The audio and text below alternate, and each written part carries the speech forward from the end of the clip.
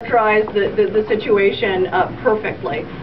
7 years ago, Governor Romney traveled to Israel to the Herzliya conference and laid out a number of measures that he felt were necessary in order to prevent Iran from acquiring a nuclear weapon.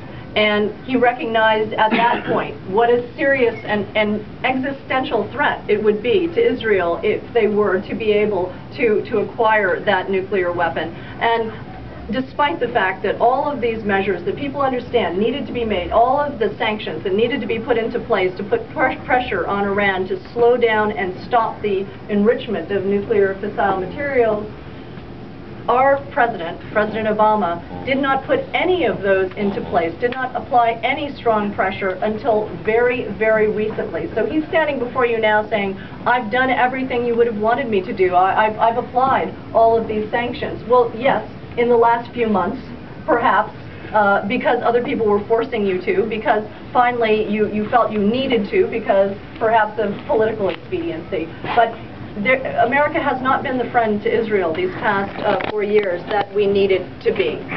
Governor Romney has been to Israel twice in the last 2 years. He's met with President Netanyahu on both occasions. You probably know that he has a very close personal, long-term relationship, friendship with Netanyahu, and that would continue were Governor Romney president. And I think that that's critical to the safety of both of our nations.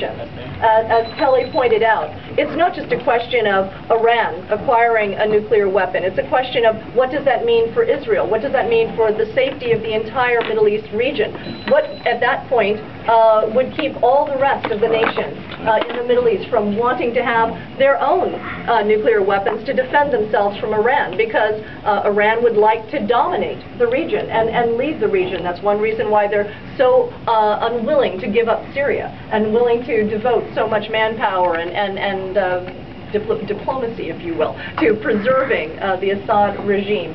So this is a very dangerous moment in history, and our president did miss that critical moment of the Green Revolution where we could have stood morally and in every other way, you know, with the people of Iran. They wanted to change their government. They want the same things we want.